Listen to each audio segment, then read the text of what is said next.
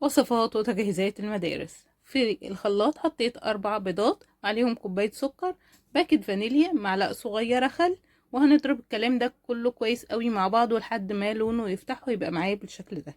هنزل عليه بكوباية ل4 من الزيت مع السمنة، وفي بولة هنخل كوبايتين من الدقيق مع باكت فانيليا ورشة ملح، وهنزل عليهم بالخليط السائل.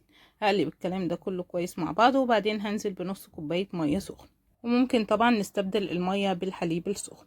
كده الخليط امتزج كويس. في بولة تانية هحط معلقتين كبار من الكاكاو الخام ورشة قهوة سريعة الذوبان اختياري، ومعايا في الكوباية معلقتين كبار من المية السخنة، وعليهم معلقة من الزيت. دوبت الكاكاو الأول كويس، وبعدين نزلت بنص خليط الكيك، وهقلب بقى الكلام ده كويس قوي مع بعضه، مش عايزة أي حاجة في الأرضية.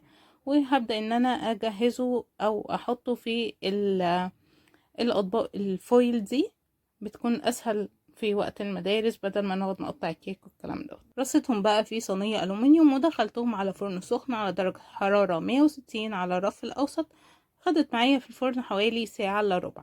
نسيبها تاخد راحتها خالص في الفرن وما نستعجلش عليها عشان تطلع مظبوطة، وبتطلع هشة جدا وبجد تحفة. طبعا بنختبرها قبل ما بنطلعها من الفرن، وتعالوا نقطع واحدة ونشوف ازاي هشة وكمان مسامها ضيقة مظبوطة جدا. ويلا لايك وشير، واشوفكم في فيديو جديد على خير. كل سنة وحضراتكم طيبين.